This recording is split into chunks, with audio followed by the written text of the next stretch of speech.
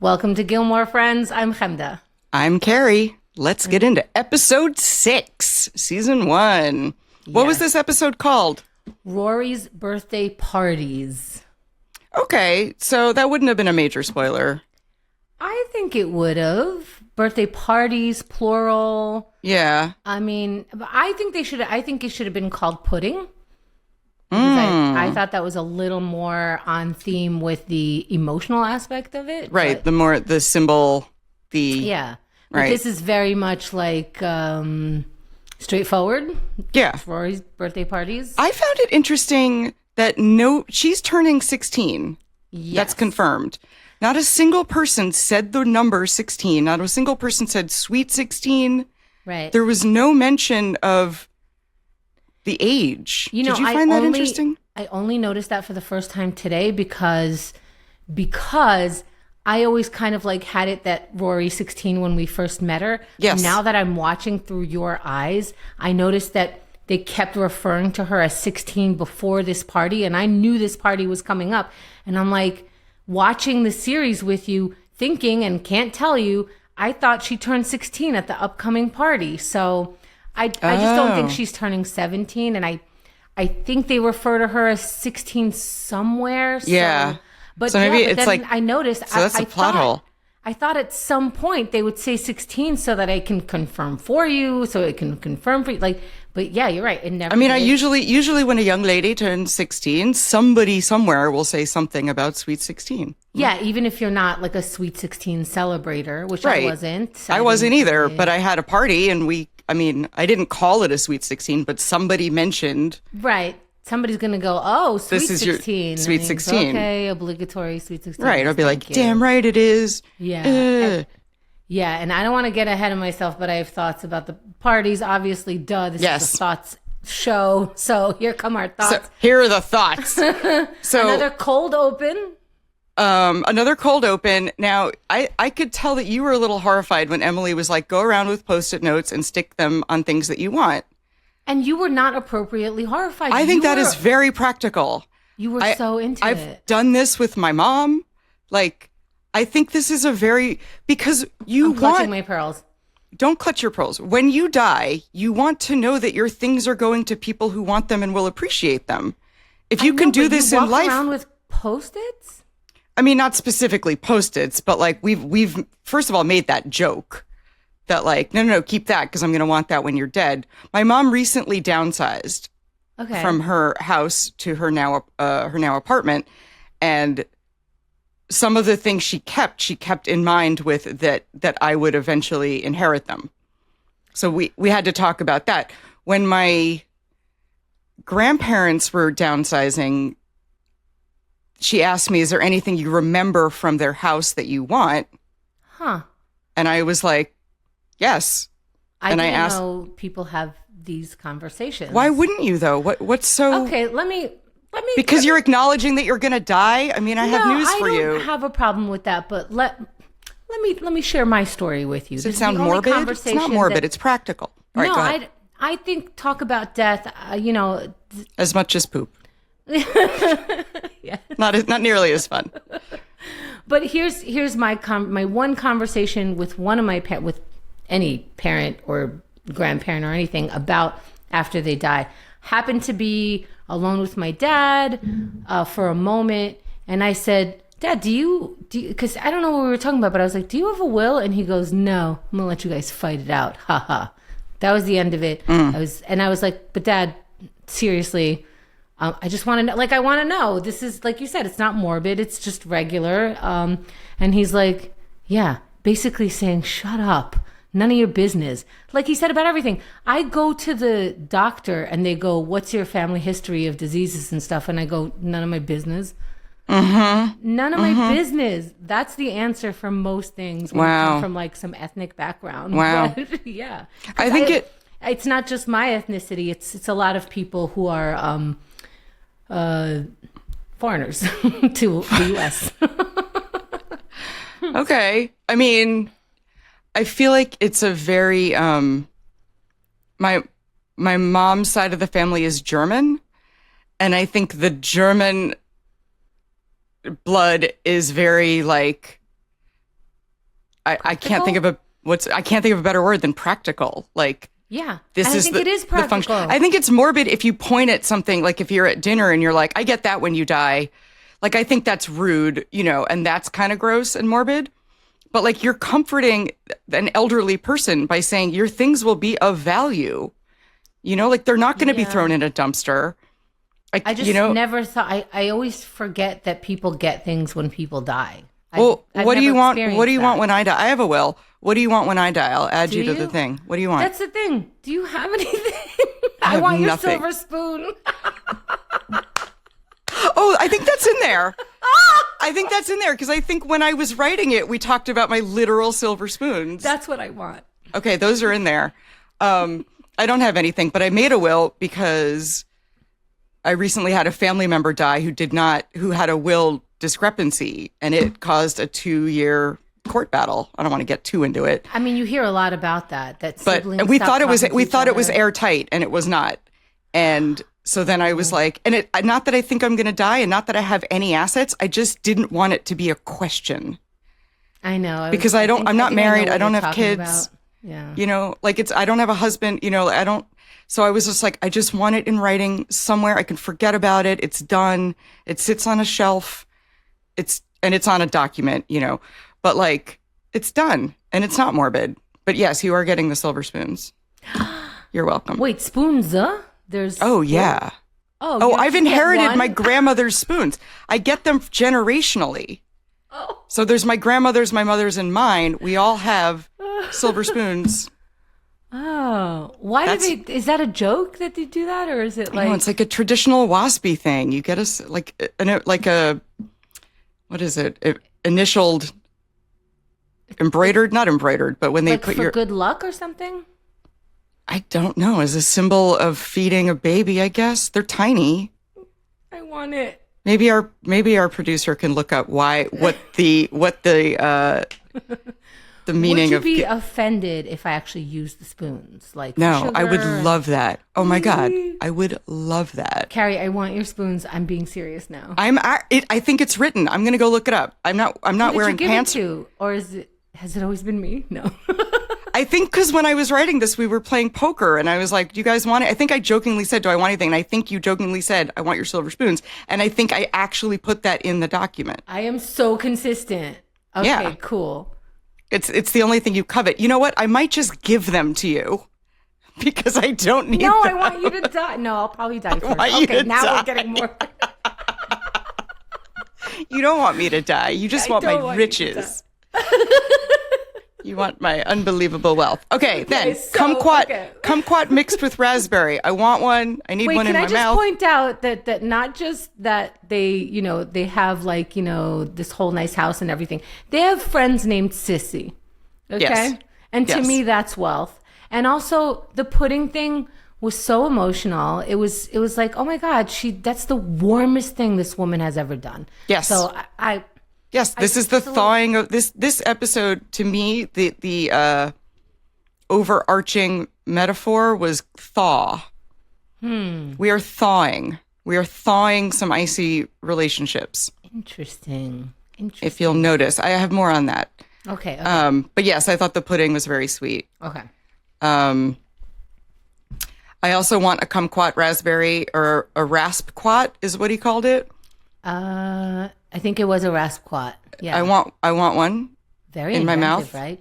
Are you bold enough for a friend to say, close your eyes and open your mouth? Yes. And I am not. I am, because any friend that would stick like something in my mouth that was so unpleasant, I would kill that person. Like, people know me. We all know that, yeah. People know about my murders. And then I get spoons! No, I murder them. Oh, right. They have to leave you spoons. Right, yeah. And then you drop a spoon. Get my fucking spoons. Okay, so if a trusted friend came up to me and said, close your eyes and open your mouth, I'd be like, what? I'd have follow-up questions, but would I do it? Yeah. Okay. I trust you. Yeah. You looking at yourself right now? I am. I moved my hair, and now I'm wondering if I did it okay. Okay, it's good. It looks good. Thank you. Mm-hmm. So you would not, if I came up to you and I was like, close your eyes and open your mouth, you'd be like, I trust you. Like, I trust you in general. Like, I think you're a very, very trustworthy person. And if I were to allow that, you would be in the short list of people who could do that. But I don't just stick a silver spoon in there. And be like, this is my suicide note. That's how I tell you. Stop it. No. Okay. See, now it's morbid. It was fun is. before. Okay, let's just all right. keep it moving. So there's only a handful of people that you would trust with that. Like, would you trust like your brother?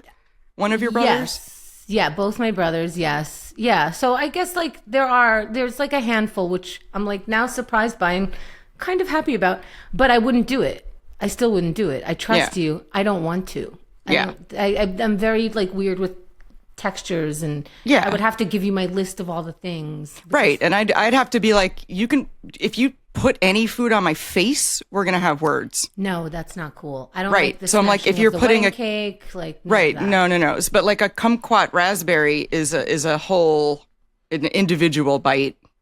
Yeah. Not like a take something off a fork, which would get all over my face. I don't like surprises in my mouth. What is this episode? What? You don't want a kumquat? I do. I do want a rasquat, but I don't want surprises in my mouth. I don't want to be like, what was that after it's in my mouth? Right. And then someone's like, it was a bug. No, I mean, even if it's like, oh, that was the best chocolate ever. I want to know what's coming. Right. Okay, can we... Yeah, I hear you. All right, we'll edit this out. This is garbage. This is just garbage. All right. I like that Lorelai asked Luke. No, Rory asked Luke to the birthday. Did she? No, it was Lorelai. It was Lorelai? It was Lorelai, yeah. Right. Oh, but Luke set up a little balloon table for Rory. That was so sweet. Warm. So he's thawing. He's becoming less of a grumpy puss. Well, it was the kind of warmth that men were allowed to be back in the day. Like, you were allowed a moment of warmth, and then it's like, shut up, just go, or I'm gonna be mad because I'm not soft at all. Right. Judge me by my actions, not my words. I don't care.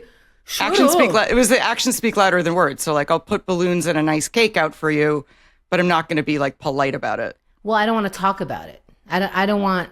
Like, I am a nice person. I am warm to you. You do mean something to me, but just shut up about it. Yeah. Yeah. I feel that. Yeah. I understand that. So I thought that was very sweet. Yeah. And then Lorelai asked him to the party, which I thought was very sweet. Okay. Then there's this shot of the college fair. Then they say that the clown got arrested on Rory's 8th birthday. Oh, yeah.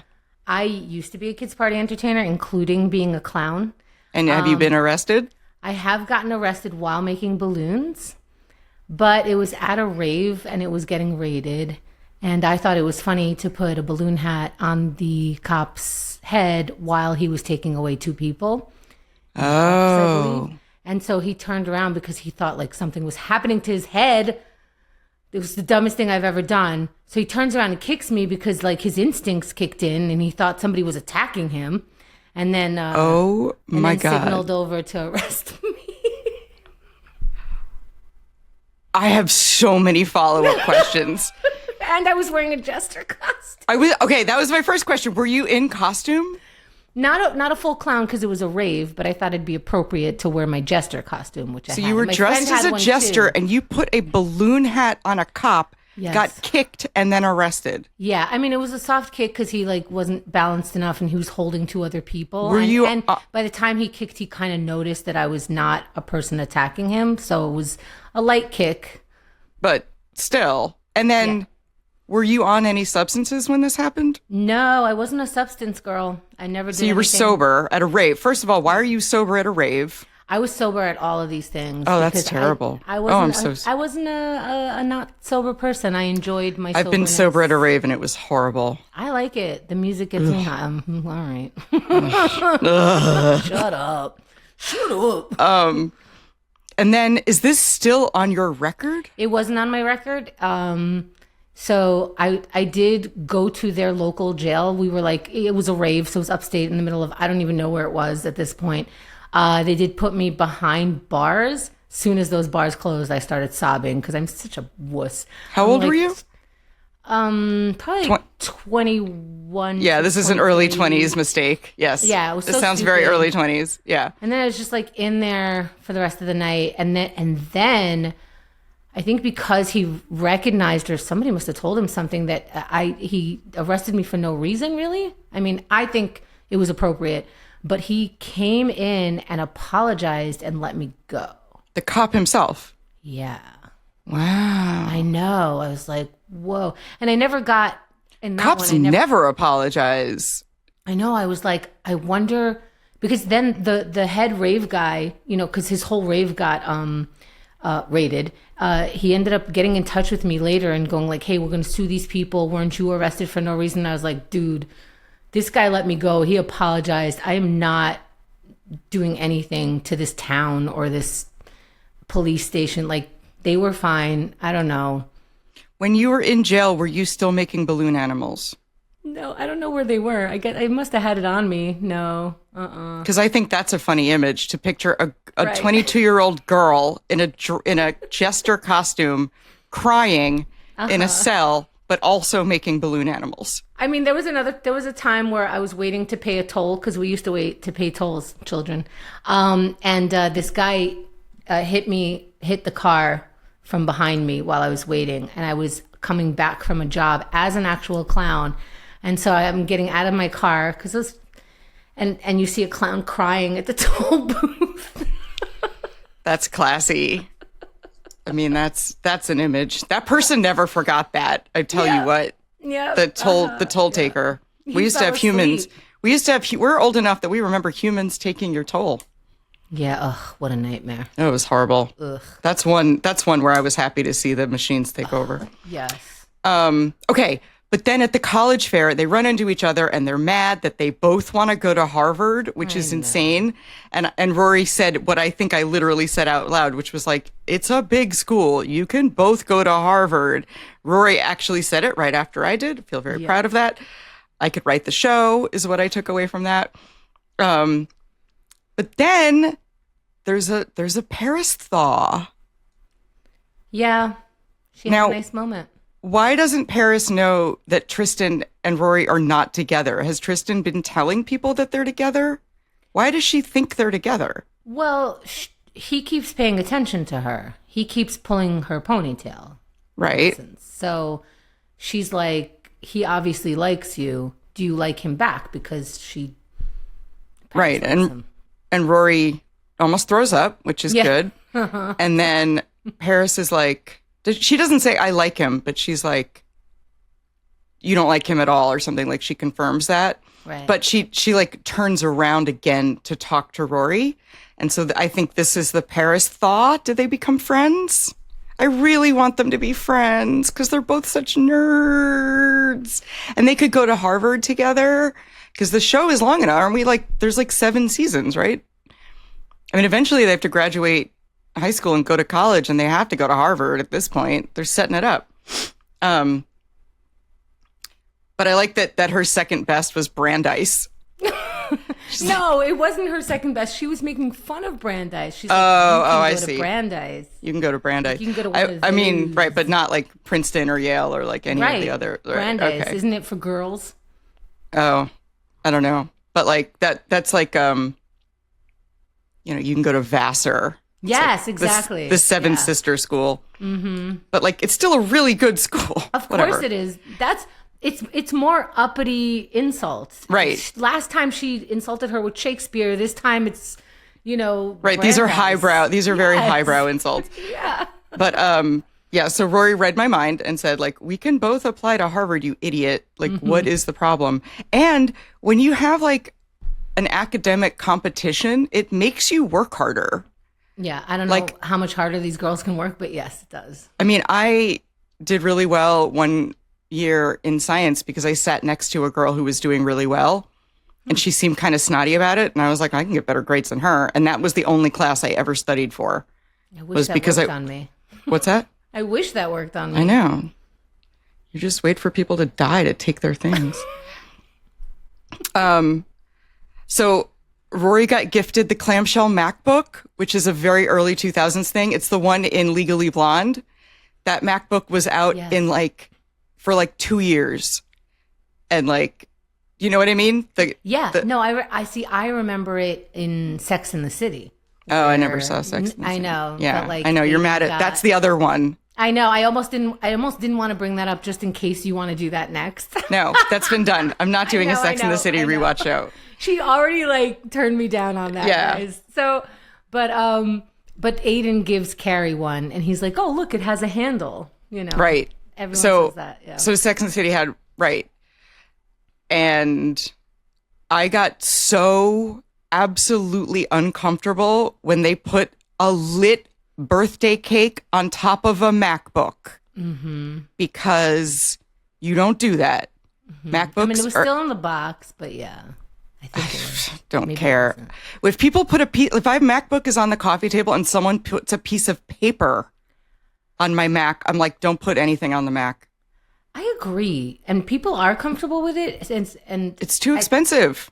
I think I understand that as long as it's not liquid, it's probably okay. But I have spilled liquid on my computer, and I'm not comfortable with it. I'm not comfortable. It made me very uncomfortable. And the fact that it's fire. And I was like, Suki's bad with fire. We've established. Oh, yeah. So Suki puts fire on top of a brand new MacBook. You're right. And I was like, oh, hell no. But luckily, everything was fine. Mm-hmm. I was clutching my pearls. I was like, oh no. Because my MacBook is my single most expensive item in my home. You know what I mean? That's the one that that's what I want when you die. My MacBook? I'll write it in there. It's going to be old. Let me get my Post-its. Hold on. Yeah. Who does get my MacBook? I guess right now, my brother. He'd probably give it to you. Okay. I wrote this down because Luke is a hottie. He's a hottie bofati. Did you just wake up to that this episode? No, I've not.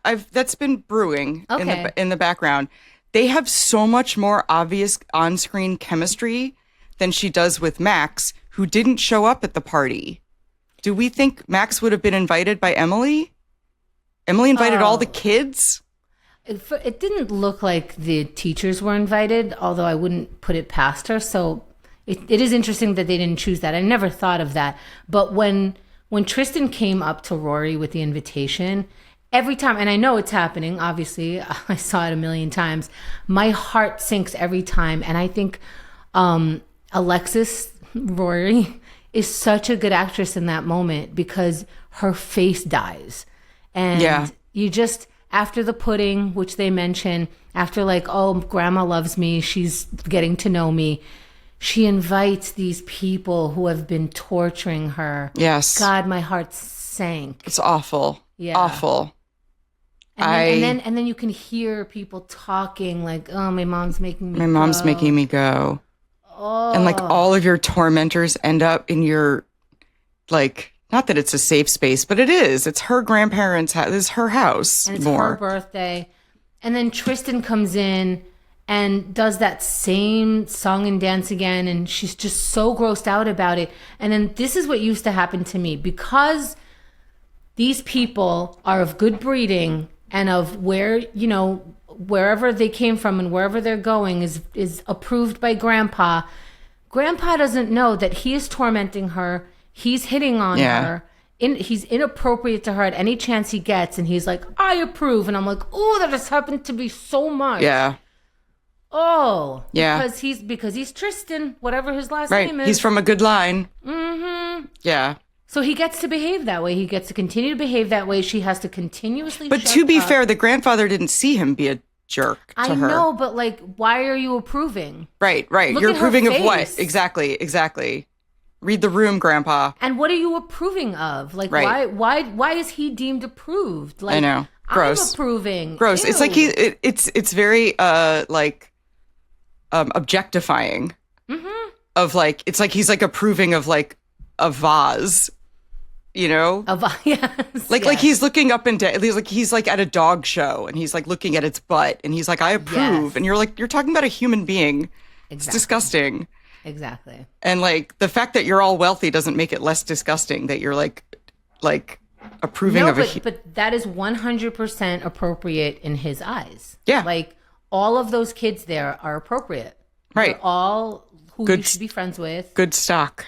That's the reason you're paying to go to Chilton. Yeah. Oh, yep. This whole episode. Those kids would so much rather have gone to Rory's party, which we'll get to. Yes, let's get to that. But you need boas at a party. Wait, we're not. Yeah. Well, maybe. No. Could we talk about the shopping that Emily was trying to do for Rory? I do think that a 16-year-old, those were kind of childish presents, but it was a little more childish back then, I think. And what did you want for your 16th birthday? I don't.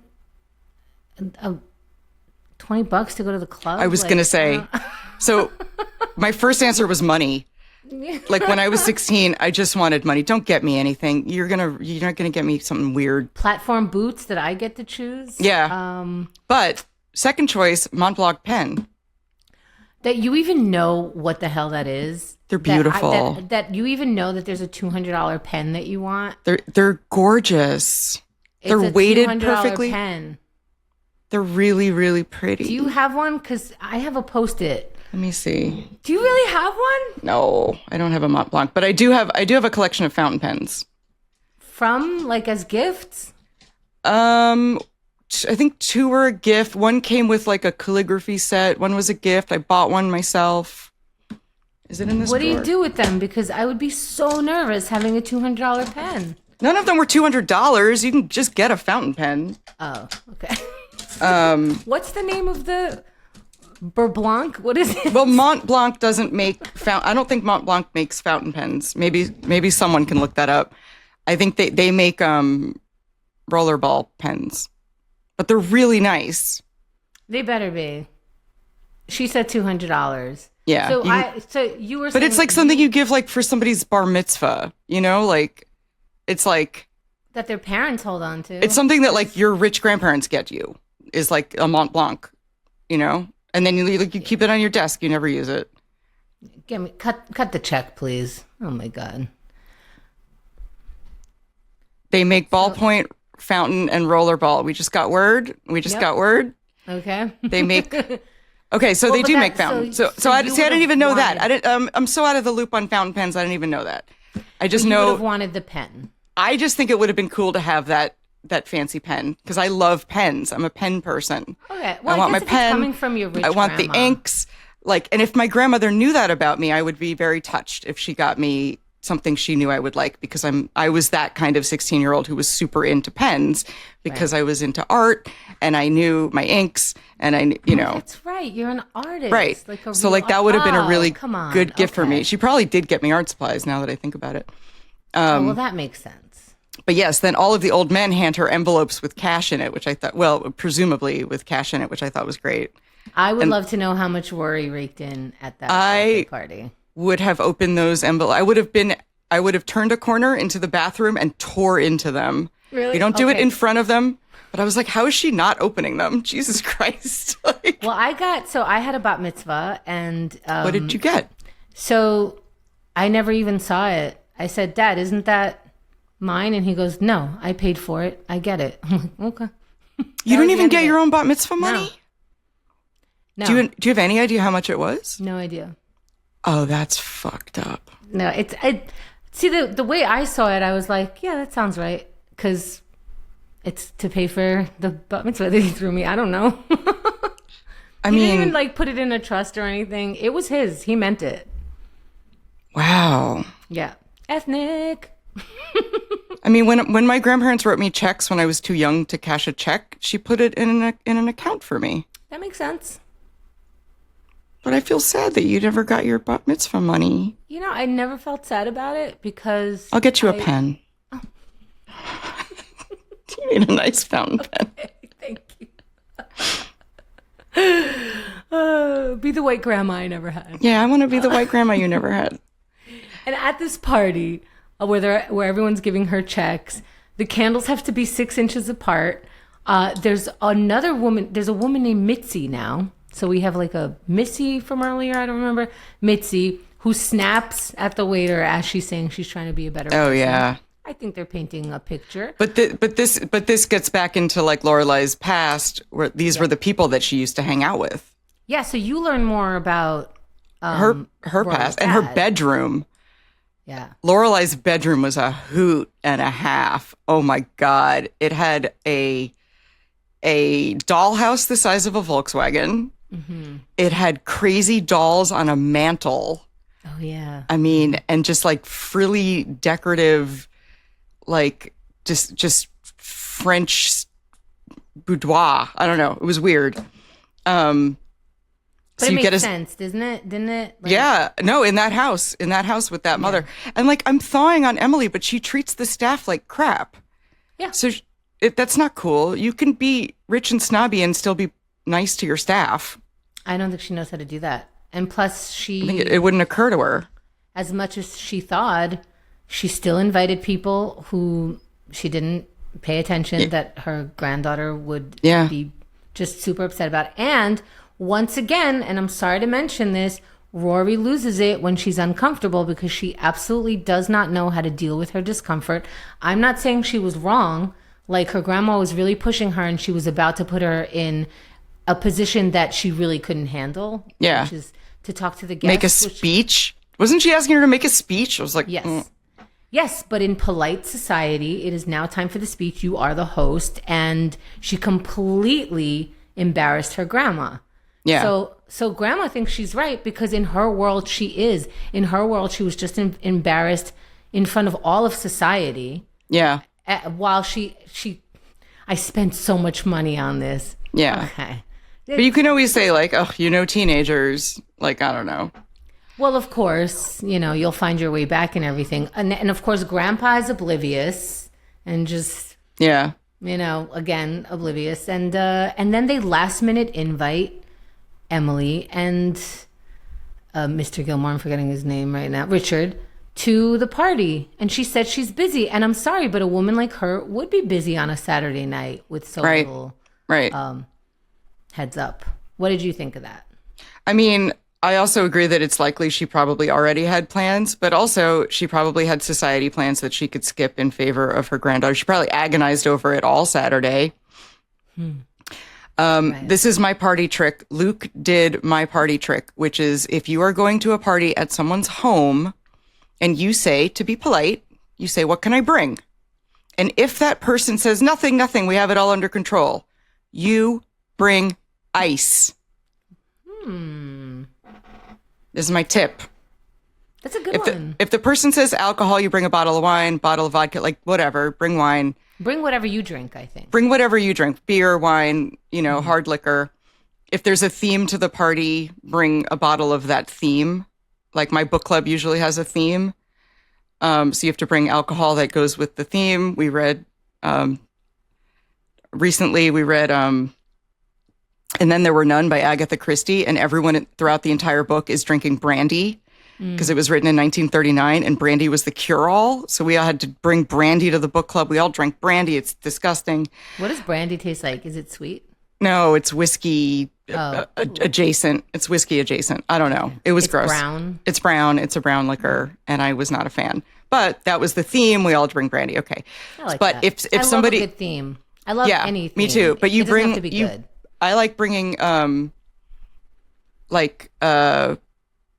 hard seltzer because everyone makes fun of it, but then everybody drinks it because it's delicious. But you did that to me. Yeah, I did that to you. I did drink it. I'm like, try one because everyone makes fun of it. They're like, oh, this is white girl stupid. I'm like, you're damn right, it's white girl stupid. Try one. It's good. And then everyone drinks them. It was just alcohol-y enough. Yeah, they're light. And just seltzery enough and just sweet enough. Like it wasn't overpowering in any way. And no hangover. Yeah. Yeah. So aside from bringing that, always, if it's someone's house, bring ice. Running out of ice at a party will end a party. Especially in the summer. So if you don't know what to bring to a party, bring a bag of ice. Thank you, Luke, for following my advice. And that's why you found him sexy. That's why I found him sexy. He walks in 2 giant bags of ice, just being helpful. Fuck. Yeah. I think I said Luke can get it when he came in the door. Yes, Is that what I said? I was like, I'm like, yeah, you are of use. You know, a good helpful person does make them more attractive, for sure. It's true. Yeah. It's true. Somebody walking in the door just saving the day is like... It's a cape. Come on. It's totally... Yeah, exactly. It's really hot. So Luke comes in like freaking Superman. Like, that was my favorite entrance of the show so far. And that was the warmest we've seen her to him. Yeah. Because so they've been fake snarking at each other back and forth. Mm-hmm. But then they have this brief moment. They have actual chemistry. Well, and her love language, as we talked about before, is snark. Is snark. He's the king of it. And so they all like each other. They're all part of this community. So there's warmth there. But Emily picks it up and she's like, how long you been doinking? And Lorelai's like, what? I never thought about it. He brought ice.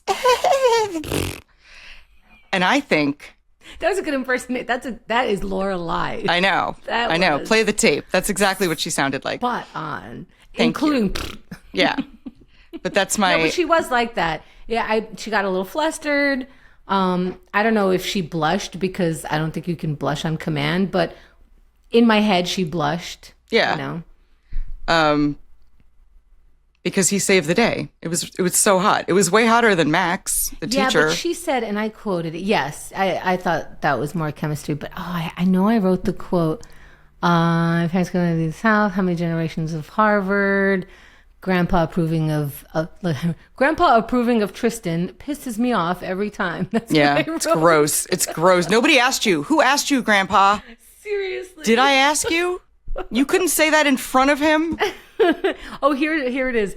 You're pleased that he looked at you like you're a porterhouse steak. Oh, yes. Yes. That's a great line. No. That's a great line. Miss Patty's at this party. There's feather boas. There's ridiculous party hats. There's music. There's lighting. This is a way more fun party. Who wouldn't rather be at this party? I don't know. Any other kids from any other thing that she's ever met? Yes. Only Lane is a kid there. Where are her friends? Weren't there? It looked like there were a handful of other teenagers there. No, there didn't. Really? I got to rewatch that scene. Them. I thought they seemed like young people, but everyone seems young to me because I'm 90. So I don't know. But Miss Patty was there, and that's a party. Know what I'm saying? Yeah. And the people with the dead cat showed up. I don't think they had lines, though, except for like "Happy Birthday, Sweetie" or something. Probably. Yeah, Sugar. Her name's like everyone's name is Sugar. Yeah. Yeah. She definitely said Sugar because I clock it every time because it hits my brain in a certain way. And I'm like, not many people can get away with, especially now, calling people sugar, but she can. Yeah. I had a mechanic like that. There was, every time I brought my car, this was like years and years ago, I would bring my car in and he'd be like, okay, sweetheart. And I'm like, from you, it's appropriate. And I don't know why. Like, I don't mean it. It's a vibe. It's totally, It's a vibe. I was it is a vibe.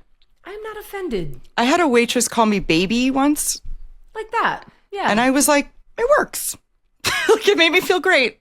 From certain people. Certain people. Okay, Sugar. Yeah. Like, not me. You don't mean nothing by it. But, yeah. Mm-hmm. I'm going to try to call you Sugar and see if I can get away with it. Okay. So I'll work it in. I'll work it in a minute. You'll see. So far, even the word coming out of your face was uncomfortable, but I'm willing. I'm willing to try. Okay. All right.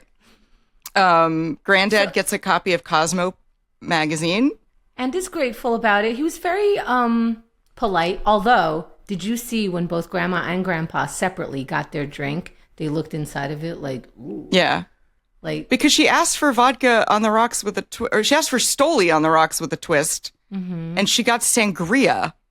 She wasn't offered Stoli, and there wasn't Stoli at the party. Miss 6 inches between candles. I mean, you're throwing a party. You know what? Then Grandma should have brought a bottle of Stoli. Grandma didn't bring a hostess gift. Thank you. Grandma didn't bring a bag of ice.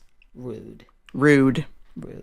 I think the grandma should have brought a bottle of Stoli if that's what she wanted. That's a nice brand. You bring that. She assumes that you have it, and they brought it. Yeah, but it's a party. You'll go through it. Yeah, whatever. Yeah. Rude, Emily. My mom comes to my house. She brings something. Damn it. So now we're coming to, this is the first time that Emily and Richard Gilmore are at Lorelai's house. Yes, ever. And this is when all of my emotions start coming in. I'm like, oh, my parents never came to my house either. Yeah. Really? Never. It was, one time, excuse me.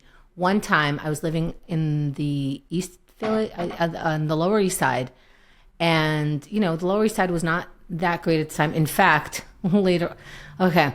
Anyway, in fact, I lived there because I had to escape the other apartment in Alphabet City because that woman was coked out and stole from me and was like threatening me. And I left in the middle of the night, snuck out. Whoa. Very, very scary. So I moved into this place. This place, my mother came one time. This is the only apartment that she ever saw. She walked in and she's like, "Are you serious?" And I was like, "Yeah." And she sat there and cried. So what? Your mom cried? Yeah. At the site of your apartment? In her defense, the shower was right next to the kitchen sink. I've seen those units. And I was living with a boy, and he wasn't my boy. It was a roommate. Yeah. And so she was like layers of horrified. First of all, you're living with a male. Second, what is this apartment? And I'm like, I'm living in Alphabet City. This is the coolest ever. I'm roller skating. I'm rollerblading everywhere, to wherever I need to go. I don't even have to take like any transportation. And like, because I was living in Alphabet City. I was hanging out in the East Village, West Village. It's like walking distance as far as I'm concerned, or skating distance. So I'm like, look at me. I'm doing it. I've made it. I'm in my early 20s. Yeah. And I'm so proud of myself. And she just cries.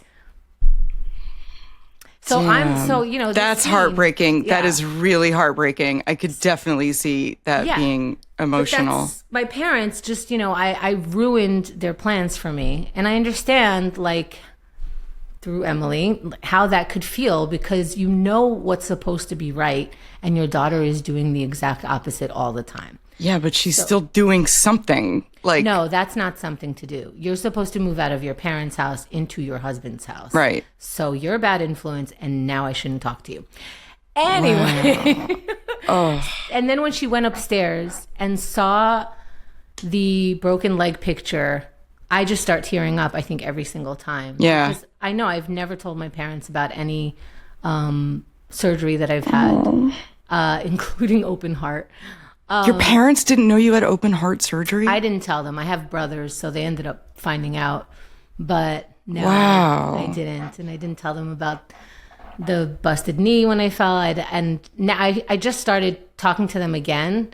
But I don't know if I would bring that up. Like, they know about it. They could ask. But we don't really talk of those things. But I could see my heart, my mom's heart probably breaking if she saw that and realized, like, my daughter didn't even ask for me to be there. And when I got divorced, I would have loved to just move in with them for a few months and just been like somebody's kid for a second. Regroup and get. Yeah. It was like, where's my mommy? Aww. But yeah, and that just like, obviously it would break my mother's heart to hear. She's a lovely person. She, they provided me with absolutely everything. I have nothing to complain about, but it's these like ice and thaw, and your head starts spinning. So yeah, that's so heartbreaking. Completely related to don't touch that on the bed, Mom, and to the as soon as she got warm, she was like, you can get someone to clean this room, and you're like, okay, we can't have a moment because it's like too much. And even when they were leaving, Emily said she's right. I don't know anything about her. That was the heartbreaking part for me, was her realizing it. But then you see it, you start feeling it. She sees that Richard starts feeling it, and she shuts it down. She goes, we should go. Traffic. We are not getting into our feelings. I just noticed I'm being vulnerable. Turn your face off, because I'm going to turn my face off. Yeah. And face forward. Vulnerability is really hard. Yeah. They might talk about it later. You don't see what they're doing off screen. I don't think they talk about stuff like that. Yeah, I know. I think it's inappropriate. Yeah. Yeah, that was a really hard scene. Yeah. Be like, if I wanted, she's really into. Were you feeling it? Do you tear up at these things? That made me tear up a little bit when she was like, she's right. I was confused about why you would have a picture of yourself on your dresser in crutches. That was a little weird. I was like, why do you have why is that on your dresser? I never thought of that. Here's my prop. Ask me about this. Yeah, exactly. Like, oh, I stumbled across the one photo of all right, it's not framed. She's not with another person. It's just a picture of herself from 3 years ago. But they needed the prop to have an indicator of something she didn't, something major that you might tell your mom that she didn't. Yeah, that was touching. That was really touching. And the thaw. But I think I disagree with how you interpret that you could get someone to clean this. And let me just explain why. I think that was her way of showing care. Yeah, it was. It always is, though. But it wasn't that. It always is. It wasn't an attack on her being unclean. Yes, it was. I don't see it that way, or I didn't. I thought it was her trying to relate to cleaning's a bitch, isn't it? And being like, you can get someone to clean. You could read it both ways. I didn't see it that it was so negative. I thought it was like, I also hate cleaning, which is why I get a person every week to clean. I'll give you that. I never thought of it that way. Okay. It's just, I know, I really did. I didn't think it was that biting. I thought it was more like she's trying to express I don't know, advice on your space. Yeah. I want to agree with you. I mean, it's rude. It's rude to walk into someone's place and be like, have you ever considered getting a maid? But it's your kid. I don't know. Well, I also had, my mom did come and stay with me one time. And she said stuff like that. And it's painful because you don't talk about anything else. So she was cooking. This is because they moved out of the country. So she came back one time and she actually did come into my house. And this was the same place? No, no. Lower East Side place? Different place? No, this was in Queens. It was an appropriate place. And so she has this thing where she wakes up in the middle of the night. So she just starts cooking or baking or something. She just gets a bunch of energy. I woke up in the middle of the night. I went to the kitchen to get water and she's baking cookies. And she goes, yeah, you shouldn't eat these. These are for your friends. Because I shouldn't eat them because they're cookies. And cookies make me fat. Wow. And then the next day she was like, oh, that, because I was wearing something more fitting. And she's like, oh, almost like you're not as fat as I thought. That actually slims you down. And I go, Mom, I have a mirror. Let's stop discussing what I look like. I know what I look like. Please stop.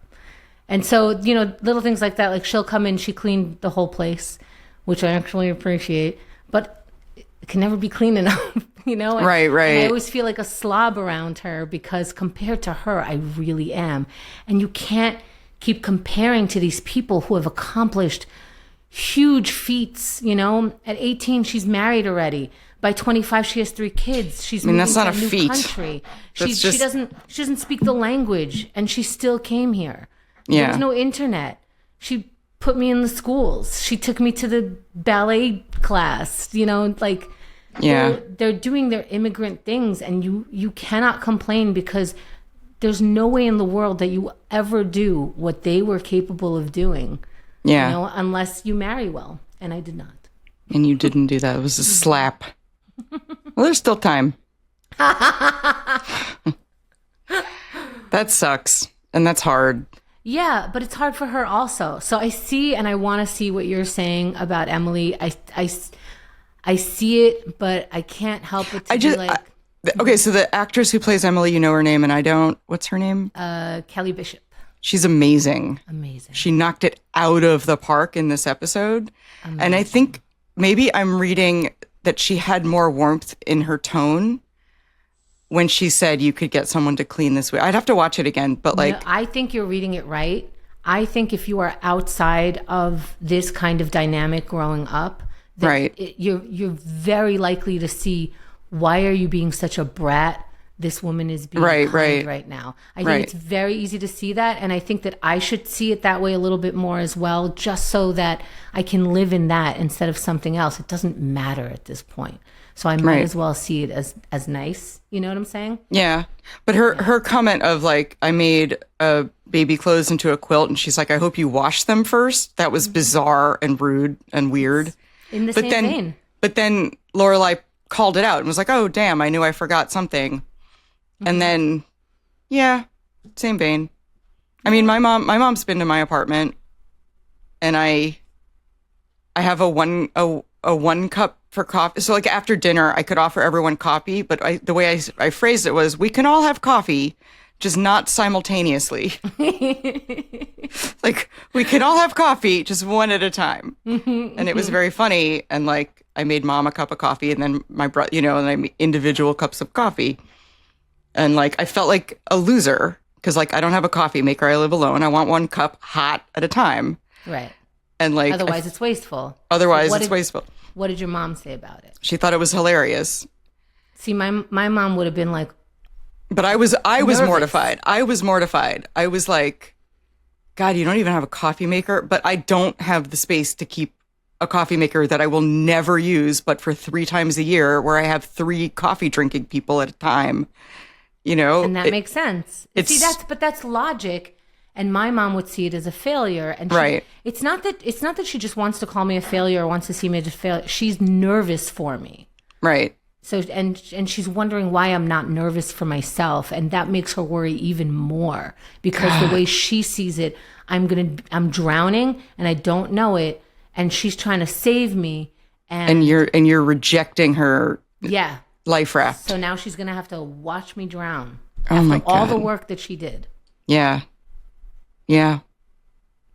Man. Yeah, sorry. It's tough. I think it's tough to be a mom from that generation, from that place, from that thinking. I think it's really tough. I think you have to like work out your own demons, and you're not even allowed to, because you're not allowed to have these vulnerable moments. You can't share them with your husband.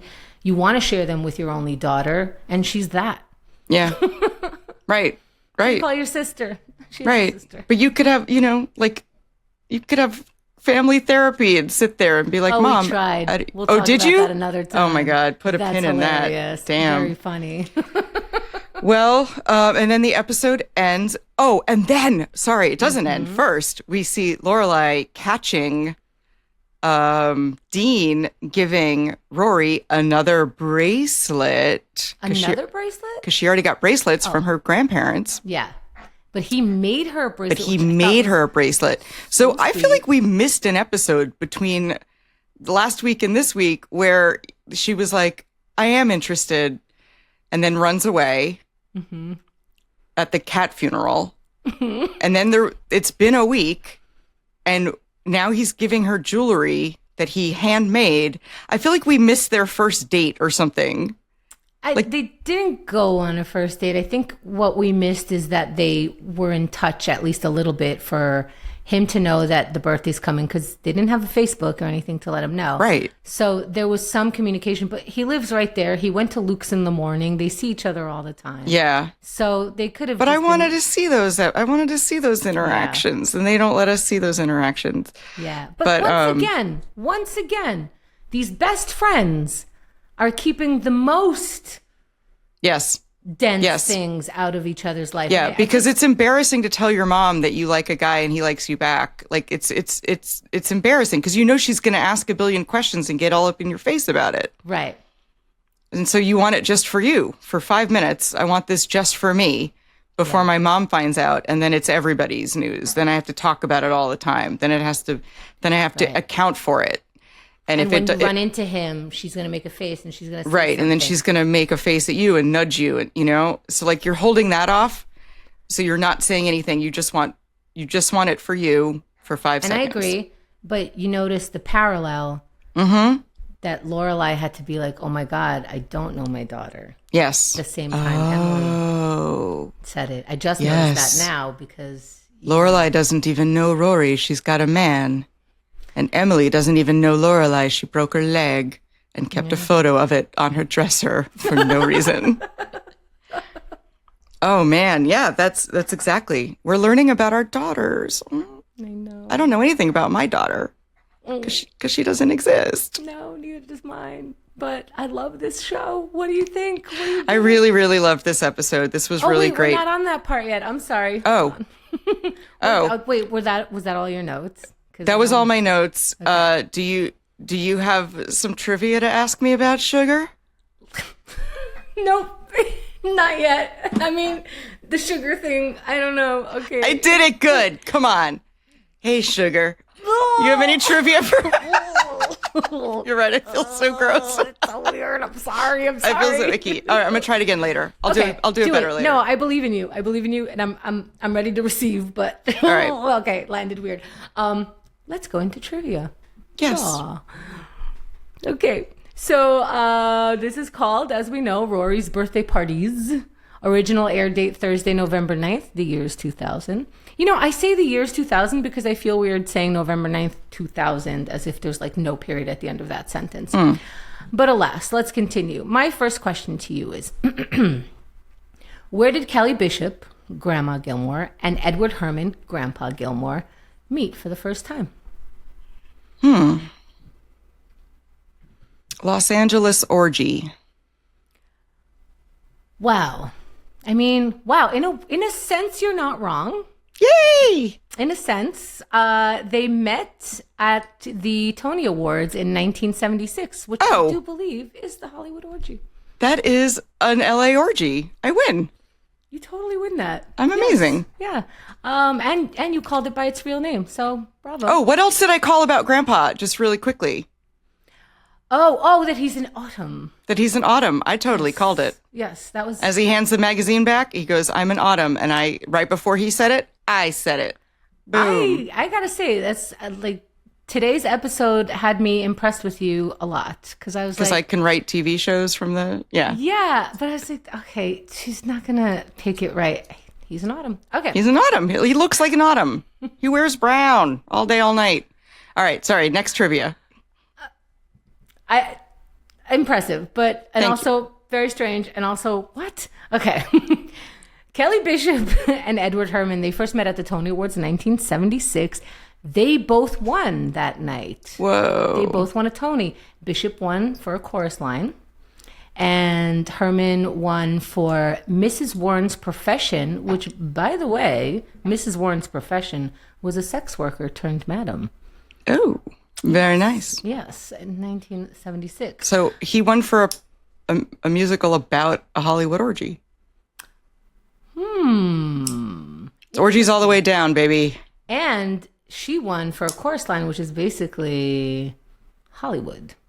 Yeah. So, wow. Okay. And at the Tony Awards, they have, if you look online, they have black and white pictures of them together holding their Tony. Aww. So they did meet that night, but it was mostly like, hello, nice to meet you. It wasn't really like a big deal, but they did get close as cast members and as friends. Of course. They're playing husband and wife. Yeah. They got to get close. Yeah. I love it. They're both great. They are, right? She's especially amazing. I am so in love with her. She did really great this episode. This episode, she won the Best Actress award for this particular episode. Yeah. And I personally love the Lorelai and Emily dynamic whenever they're on screen together. I think they elevate each other. Yeah. I think there's something about both of them as actors that's like, yes. Oh my God. Agree. Yes. Okay, next question. Why, as you might see, Edward Herrmann's name is credited as special appearance in the credits, where everybody else is a cast member? He's special appearance every time, even though he's a recurring member of this cast. Was he not in the union? Is this some union bullshit? No. Did he not get paid? No. Did he have fewer lines? No, I don't know. Why? Okay, so his agent negotiated that because he was actually, Edward Herrmann was a movie star at the time when they first started. And he was a big deal. It was a big deal to get a movie star in a TV show. So they got his contract to say special appearance instead of cast member so that he's allowed to keep doing other projects. Oh, he's not tied down to this. That's why Grandpa can go to China whenever right. So they wrote him as a character that can just be gone for a couple of episodes so we can do movies. But he was in a lot of it, but yeah, he got to do movies, and he did do it during the series. And interesting. Yeah. I'm learning about Hollywood. Right. And here's another one. So we already established that Kelly Bishop, Grandma Gilmore, is a badass who originated the role of Sheila in the Broadway show Chorus Line and won a Tony for it. But here's what blew my mind, because I never connected this. She's in an iconic movie where she plays the lead person's mom. Now, as you're thinking, what movie is this? I will let you know that I've seen the movie several times. I have seen Gilmore Girls in its entirety several times, and I did not connect this until I read it somewhere. Now, it was a different timeline. I saw the movie a bunch of times first, and then I saw Gilmore Girls a bunch of times first. And I guess I never overlapped it or paid attention, or maybe I didn't see the movie after I watched Gilmore Girls. I don't know. What is that movie she played the mom in? So this would have been before 2000? Or after 2000? Before 2000. Okay. So she played the mom in Titanic. No. I don't know. Would it help if I tell you her kid's name in this movie was Baby? That's right. She's the mom in Dirty Dancing. That's right. Nobody puts Baby in the corner. Did you know that? I would not have put that together. But now that I think back, yes, she's the mom in Dirty Dancing, a movie which I've seen a million times, and just did not. And she's even her hair is the same in Dirty Dancing, basically. What are we watching? Because she just looks like generic white woman. Because the mom in Dirty Dancing is not a very developed character, shall we say? She doesn't have a lot of lines. And the dad is way more developed. Yes. So the mom doesn't stand out in Dirty Dancing. I'll just say that. And originally that wasn't the role that I read this in her book, but I'm not going to remember it exactly right. But she was there to do a different role. I think just one of the dancers. And then they were like, you're playing the mom now. That makes more sense when she says she must get it from me.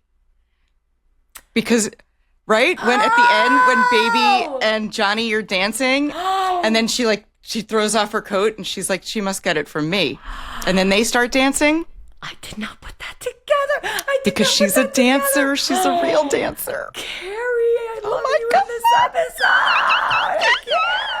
I think we just got closer. I told you. Gilmore Friends. Gilmore this is the Friends. Next level of friendship. Oh, you were right, sugar.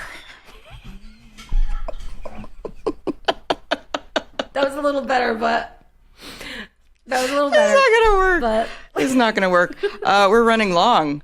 Let's get the hell out of here. Wait. Now, predictions. I don't have any real predictions that I don't think are obvious. I mean, I think Paris and Rory should be friends, and I think they're going to be based on today's thaw. And